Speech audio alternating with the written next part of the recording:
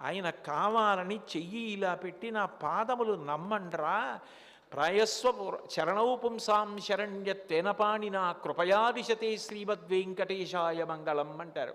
నా పేరు వెంకటేశ్వరుడు, ఈ కొండ పేరు వెంకటాద్రి. వేం పాపం కటతే యస్మాత్ పాపదహన శక్తిత వెంకటాచలమిత్యేవ నామదేవస్తదా జగుహు అంటారు వ్యాసుల వారి పురాణంలో.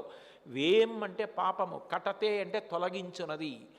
నేను ఈ యుగంలో పాపమును తొలగించి దాని మీద అనురక్తి తీసేసి, అయ్యో పాపం చేస్తే అప్పటికి బాగుంటుంది కానీ ఇంత దారుణంగా ఉంటుంది ఫలితం అని ఆ పాపం మీద అనురక్తి పోయి నా మీద భక్తి కలిగేటట్టుగా చేసి శిక్షించకుండా ఉండడానికి మీ పాపములను శిరోజముల రూపంలో తీసేసుకుని అనుగ్రహించడానికి వచ్చాను అని చెప్పి నిలబడినటువంటి అమృతమూర్తి. అందుకే వెంకటేశ్వరావతారం లాంటి కారుణ్యము కలిగిన అవతారం ఇత పూర్వం లేదు.